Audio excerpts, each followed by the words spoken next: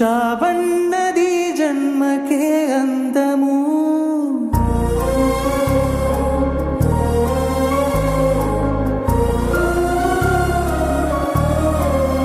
అయిపోయిందా?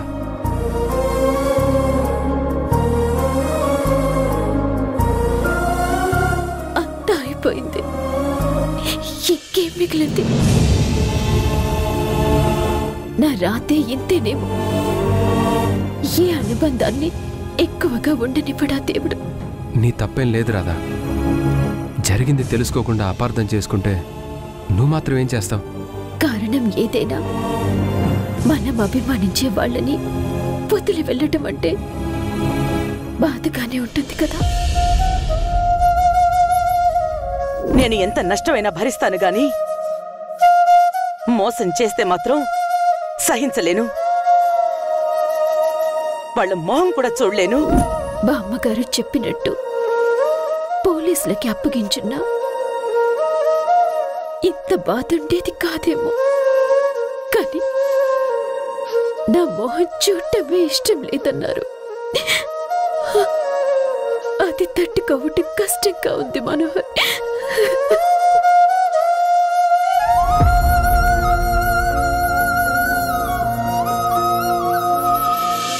అయినా ఆవిడ అలా అనగానే నువ్వు వెళ్ళిపోవడం ఏంటి రాధా? భ్రమరాంబ నీ అకౌంట్లో డబ్బులేసిందంటే దీని వెనక కుట్రేదో ఉందని తెలిసిపోతుంది. తప్పు చేయనప్పుడు నిలబడాలి కదా, రుజువు చేసుకోవాలి కదా. ఇలా వెళ్ళిపోవడం ఏంటి? ఆవిడంత స్ట్రాంగ్ గా నమ్ముతున్నప్పుడు ఇంకా ఏం రుజువు చేసుకుంటాం? ఇప్పటి వరకు ఇంట్లో అందరూ నన్ను అనుమానించిన మేడం అడ్డుగా నిలబడేవారు. ఇప్పుడు ఆవిడే అనుమానిస్తుంటే ఇంకెవరితో చెప్పుకోవాలి? అసలు నా మొహమే చూడటం ఇష్టం లేదు అంటుంటే ఇంకా ఇక్కడ ఎందుకుండాలి? వెళ్ళిపోదాం. ఇంకొక క్షణం కూడా ఇక్కడ ఉండాలని లేదు. వెలుగులను చల్లు నీ దారిలో పేరు నిలిపెళ్ళు. నేను తెస్తాను. ప్రేమే పంచే మనసు నీకుంటే పెంచే మంచే వస్తుంది వెంటే.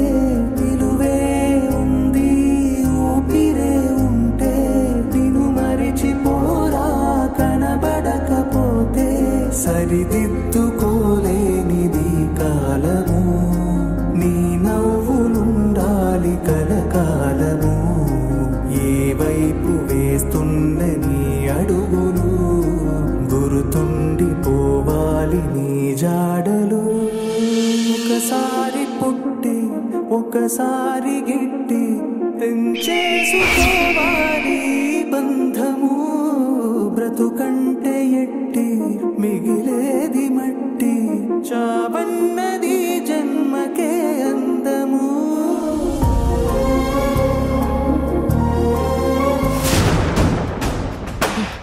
వెళ్ళవే. ఆ రోజు ఒక ఫ్యామిలీని నేను కోరుకుంటే కాదనే నువ్వు లాక్కెళ్ళిపోయావు కదా. ఈ రోజు నాది అనుకునే ఫ్యామిలీ నుంచి నిన్ను బయటికి పంపిస్తున్నా. ఈ రకంగా నా పగ తీర్చుకుంటున్నా.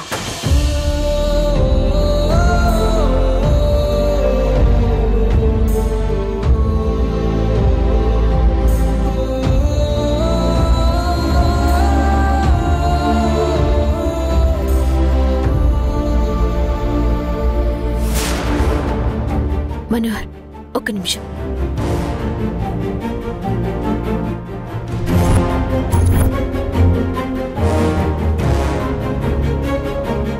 ఏయ్, మళ్ళీ ఎందుకొచ్చావే? ఒక్క నిమిషం బామ్మగారు. మేడం, మేం వెళ్ళిపోతున్నా. కానీ నేనేంటో మీకు తెలిసి కూడా నేను తప్పు చేశానని నమ్మి అదే నిజమనుకుని భ్రమలో ఉన్నారు. ఇలాగే వెళ్ళిపోతే జీవితాంతం నన్నొక దోషిలాగే చూస్తారు. నేను ఎంతగానో అభిమానించే మీరు నన్ను దోషిలా చూడటం నేను సహించలేను. అందుకే నేను తప్పు చేయలేదని రుజువు చేసుకోవటానికి నాకు ఒక్క 5 నిమిషాలు టైం ఇవ్వండి. ఏంటే నువ్వు రుజువు చేసుకునేది? నువ్వు చెప్పే కళ్ళబొల్లి కబులు నమ్మడానికి ఇక్కడెవరు సిద్ధంగా లేరు. బయలుదేరు బయలుదేరు.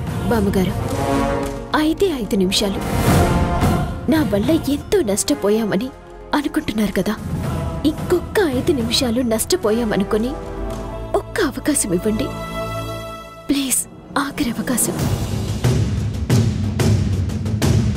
పోతుంది అనుకుంటే మళ్ళీ ఇదేం ట్విస్ట్? Please madam. దేవకి, ఒక్క అవకాశం ఉంటుందిగా, ఇవ్వు దేవకి. రాధ ఎలాంటిదో మనకు తెలుసు. తను తప్పు చేసిందని మనం నమ్ముతున్నా చెయ్యకపోతే బాగుండేది కదా అని చెప్పి మన మనసు అనుకుంటుంది కదా. తను చెప్పేది వింటే అది నిజమని రుజువైతే ఏం జరిగిందో తెలిసే అవకాశం ఉంటుంది. అలాగే రేపెప్పుడైనా నిజం తెలిస్తే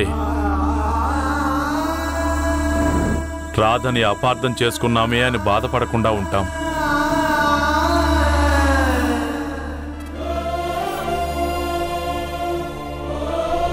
ప్లీజ్ మేడం, నా మాట వినండి. ఒక్కసారి మేడం, ఒక్క ఛాన్స్.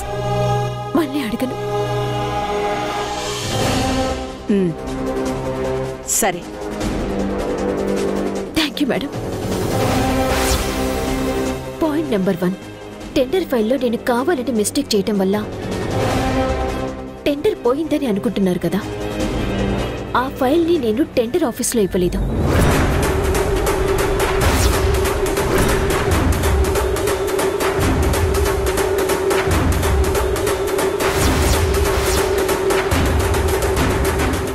సరిగ్గా నేను టెండర్ ఆఫీస్కి వెళ్ళబోతుండగా మా నాన్నగారికి హార్ట్ స్ట్రోక్ అని ఫోన్ వచ్చింది. మన గాయత్రి గారికి ఆ ఫైల్ ఇచ్చి ఆ ఫైల్ని ఆఫీస్లో సబ్మిట్ చేయమని చెప్పాను. అప్పుడు బామ్మగారు, రోషన్ కూడా ఉన్నారు.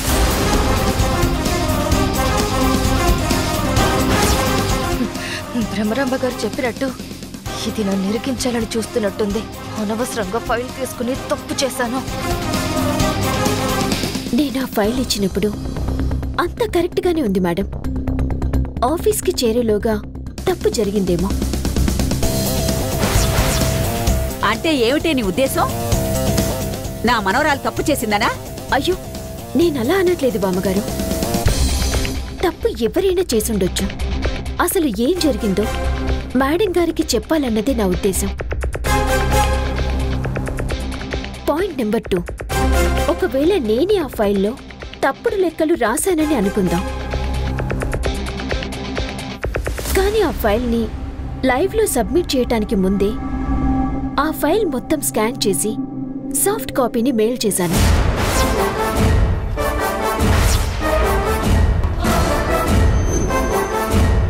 మెయిల్లో ఒకటి, ఫైల్లో ఒకటి పంపించాను కదా మేడం. కావాలంటే ఇప్పుడే టెండర్ ఆఫీస్కి ఫోన్ చేసి ప్రూవ్ చేస్తాను.